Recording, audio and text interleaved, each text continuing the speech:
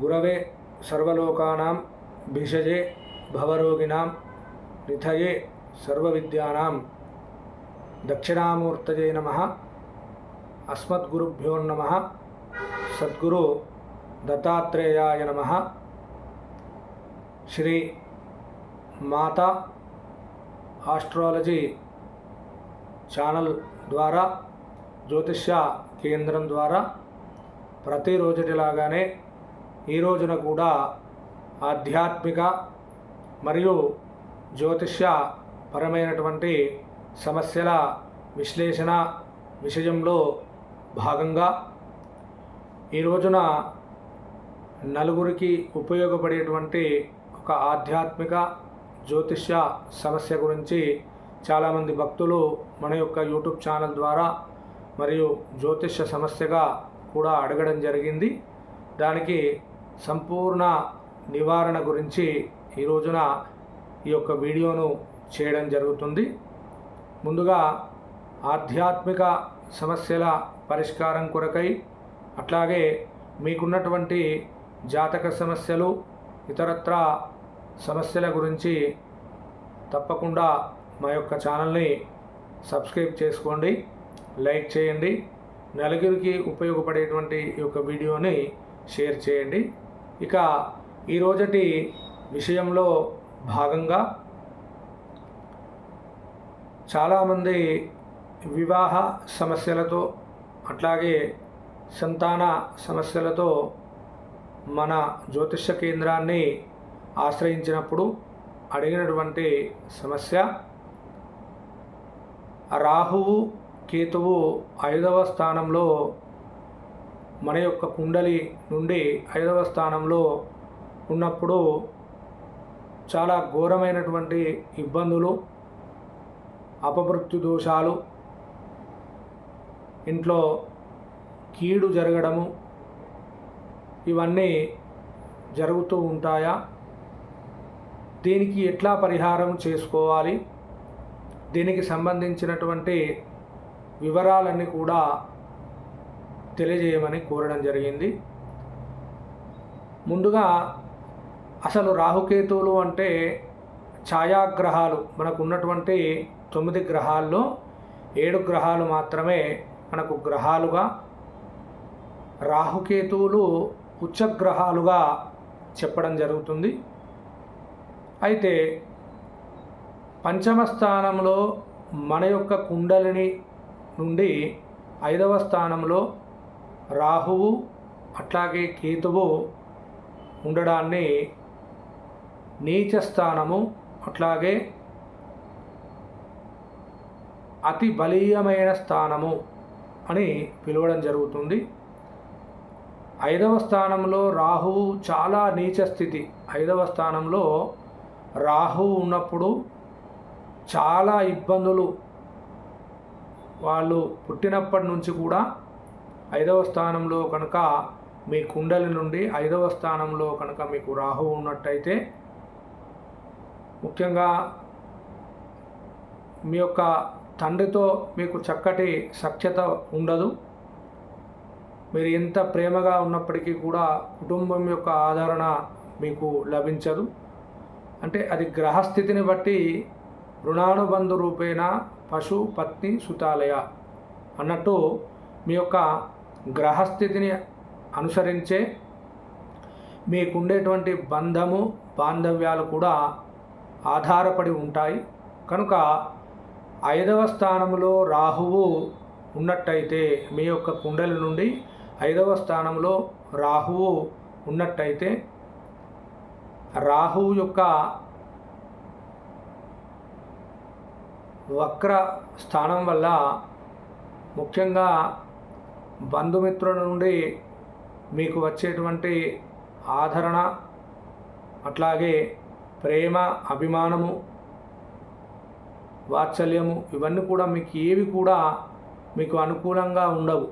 మీరు ఎంత ప్రేమగా ఉండాలనుకున్నప్పటికీ కూడా ముఖ్యంగా ఇది తండ్రి మీద ఎక్కువగా ప్రభావం చూపెడుతుంది. తండ్రి కొడుకులు ఇద్దరు కూడా సఖ్యతగా ఉండకపోవడము, ఎప్పటికీ కూడా ఏదో ఒక గొడవ, మాటలు లేకపోవడము, అనేక రకాలైనటువంటి సమస్యలు ఏర్పడడము, తండ్రికి కొడుకు పడకపోవడము, గొడవలు సంభవించడము, మీరొకటి మాట్లాడితే తనొకటి మాట్లాడడము, ఇవన్నీ కూడా 5వ స్థానంలో రాహు ఉన్నప్పుడు జరుగుతూ ఉంటాయి. అట్లాగే ముఖ్యంగా శుక్రవారం రోజున మీకు ఎక్కువగా గొడవలు సంప్రాప్తించేటువంటి ఆవశ్యకత ఎక్కువగా ఉంటుంది. రాహుకు శుక్రవారము చాలా ఇబ్బందికరమైనటువంటి రోజు కనుక ఇద్దరికి కూడా, తండ్రి కొడుకులు ఇద్దరికి కూడా శుక్రవారం రోజున మీరు గమనించినట్టయితే ఎక్కువగా గొడవలు సంప్రాప్తించేటువంటి ఆవశ్యకత ఉంటుంది. ఇంకా విద్యలో ఆటంకాలు రావడము, విద్య ఆగిపోవడము, చిన్నప్పటి నుండి మీకు ఎంత జ్ఞానము ఎంత ఉన్నప్పటికీ కూడా మీరు ఎందులో కూడా రాణించలేకపోవడము, అనేక రకాలైనటువంటి ఇబ్బందులు తలెత్తడము, ఇంకా వివాహ సమయంలో చాలా ఆటంకాలు రావడము, మీరు అనుకున్నటువంటి సంబంధము దొరకకపోవడము, దొరికినప్పటికీ అది మధ్యలో మీకు మళ్ళీ మీకు ఆ సంబంధం కాకుండా పోవడము, ఉద్యోగంలో కూడా మీరు ఎంత కష్టపడ్డప్పటికీ కూడా సరైనటువంటి ప్రయోజనము మీకు రాకపోవడము, మీకంటే తక్కువ మార్కులు వచ్చినటువంటి వారికి ఉద్యోగాలు రావడము, మీకు మాత్రమే రాకపోవడము, ఇవన్నీ కూడా జరుగుతూ ఉంటాయి. అట్లాగే రాహువు చాలా మన యొక్క జీవితంలో రాహుగ్రహము చాలా ప్రభావం చూపిస్తాడు.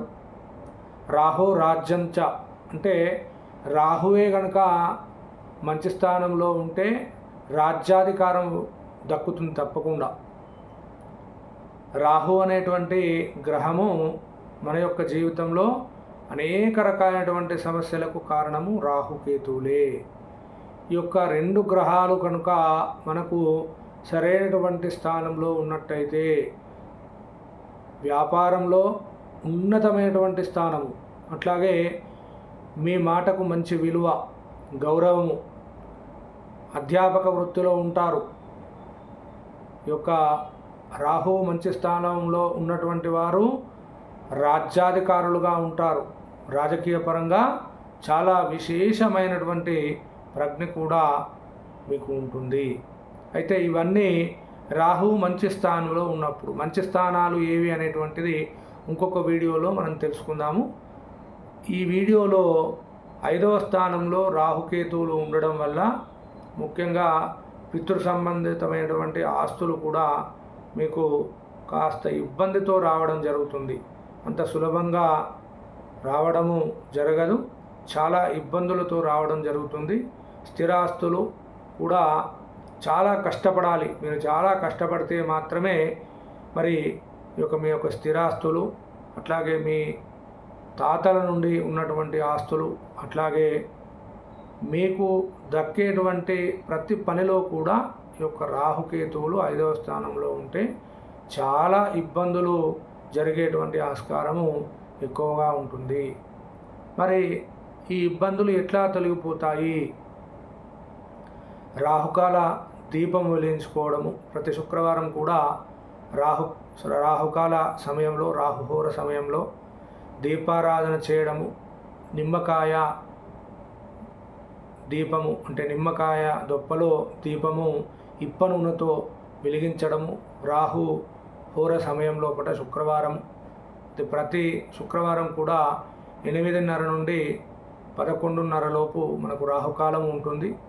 ఈ సమయంలో దీపారాధన చేసుకోవడము, ముఖ్యంగా దీనికి పరిహారము చేసుకున్నప్పుడే ఈ రాహుకేతువుల యొక్క దోషము పోవడం అనేది జరుగుతుంది. తప్పకుండా రాహుకేతువులు 5వ స్థానంలో చాలా భయంకరమైనటువంటి సమస్యలు ఏర్పడేటువంటి ఆస్కారం ఉంటుంది. కనుక దీన్ని రాహుకేతు పరిహారము చేయించుకుంటే దానివల్ల తప్పకుండా మీకు సత్ప్రయోజనాలు కలుగుతాయి. రాహుకేతువు సంపూర్ణ పూజా కార్యక్రమము, అట్లాగే జప కార్యక్రమము, హోమ కార్యక్రమాలు చేయించుకోవడం ద్వారా ఇవన్నీ ఎందుకంటే పూర్వజన్మంలో మనం చేసినటువంటి పాపాలే ఈ జన్మలో మనము అనుభవిస్తూ ఉంటాము. పూర్వజన్మ కృతం పాపం వ్యాధి రూపేణ పీడితం అన్నట్టుగా గతంలో మనం చేసినటువంటి పాపకృత్యాలు ఈ జన్మలో మనం అనుభవించేటువంటి కర్మలుగా మనకు సంప్రాప్తిస్తూ ఉంటాయి. రాహుకేతు సంపూర్ణ పూజా విధానం కూడా మన యొక్క జ్యోతిష్య పీఠం ద్వారా ప్రతి మంగళవారము హోర సమయంలో, రాహుకాల సమయంలో మన యొక్క క్షేత్రం ద్వారా కూడా రాహుకేతు పూజా కార్యక్రమాలు, రాహుకు సంబంధించినటువంటి లాకెటు, అట్లాగే దానికి సంబంధించినటువంటి ఉంగరాలు కూడా మన యొక్క పీఠం ద్వారా కూడా మీకు లభించడం జరుగుతుంది. తప్పకుండా రాహుకు గోమేధికం లాకెట్ను ధరించాలి. రాహు దశలో పుట్టినటువంటి వారు కూడా గోమేధికము ఉంగరము లేదా లాకెట్ను ధరించడం ద్వారా సంపూర్ణ పరిహారము సంప్రాప్తిస్తుంది. మన యొక్క పీఠం ద్వారా గోమేధికము లాకెటు అట్లాగే ఉంగరాలు కూడా మీకు పూజాది కార్యక్రమాలతో లభించును. అవసరము ఉన్నటువంటి ఈ యొక్క పంచమ స్థానంలో రాహుదోషం ఉన్నటువంటి వారికి ప్రతి మంగళవారము, అమావాస్య, చతుర్దశి, అమావాస్య తిథుల్లో ప్రత్యేక హోమ కార్యక్రమాలు మన యొక్క పీఠం ద్వారా జరిపించడం జరుగుతుంది. అవసరం ఉన్నటువంటి వారు తప్పకుండా ఈ యొక్క అవకాశాన్ని సద్వినియోగం చేసుకోండి. ఈ యొక్క మంచి వీడియోను, నలుగురికి ఉపయోగపడేటువంటి ఒక వీడియోను అందరికీ షేర్ చేసేటువంటి ప్రయత్నం చేయండి. లోకా సమస్త సుఖినో భవంతు. లోకా సమస్త సుఖినో భవంతు.